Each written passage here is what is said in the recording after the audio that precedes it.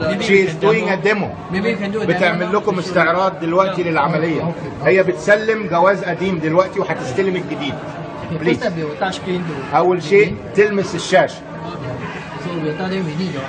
بيطلبوا البطاقة الشخصية. قدمت بطاقة الهوية أهو.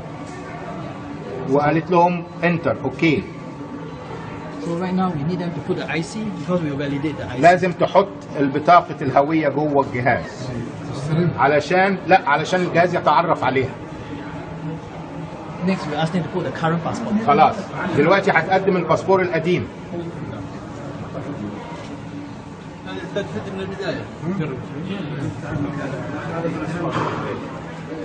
بتقدم الباسبور القديم عشان الجهاز يتعرف عليه.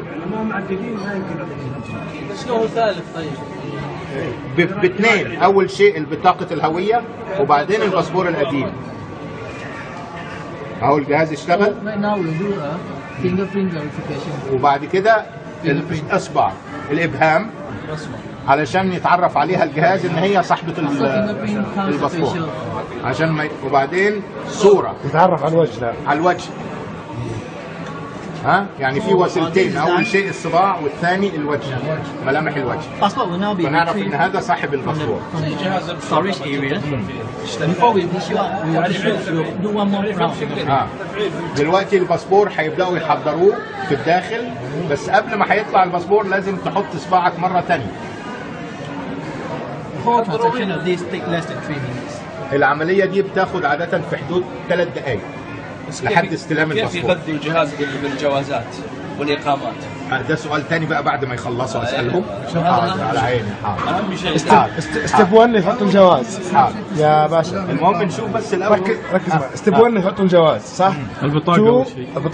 البطاقة أول شيء. بعدين الجواز. بعدين الجواز. وبعدين الأصبع وبعدين الوجه.